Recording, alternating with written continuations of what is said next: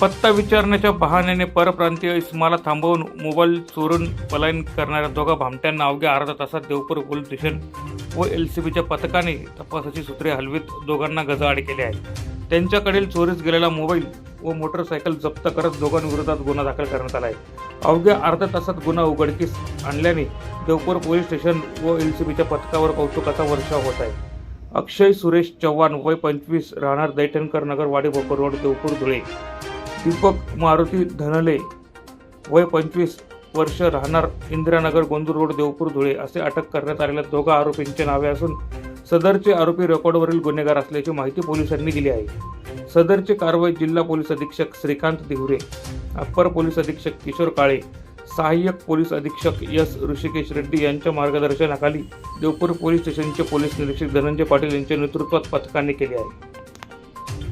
दिनांक 26/3/24 रोजी साधारण रात्री 12:20 मी पोस्ट यादीत पेट्रोलिंग करत असताना फिर्यादी अरुण चौधरी मला येऊन भेटले. त्यांनी सांगितलं की थोड्या वेळापूर्वीच दोन मुलांनी त्यांचा पत्ता विचारण्याच्या बहाण्याने थांबवून त्यांच्या खिशातून एक रेडमी कंपनीचा मोबाईल हिसकून रंगाच्या मोटरसायकल पळून गेले. त्या माहितीच्या आधारे आम्ही तात्काळ सूत्र हरवली. LCBचे SI संजय पाटील यांचे संपर्क केला. त्यांच्याकडून तांत्रिक माहिती मागवली या मोबाईलच्या बाबतीतली. त्यांनी ती त्वरित दिली, आम्हाला दिली. त्याचबरोबर LCBच्या पथकाला जे साक्री रोडला गस्त करत होते त्यांना देखील ही माहिती पुरवली. दोघंही पथकांनी संयुक्तपणे कारवाई करत ताबडतोब सापळा रचला आणि सापळा रचून यातील गुन्हेगारांना ताब्यात घेतले. त्याचबरोबर फिर्यादीला घेऊन मी तिथे पोहोचलो.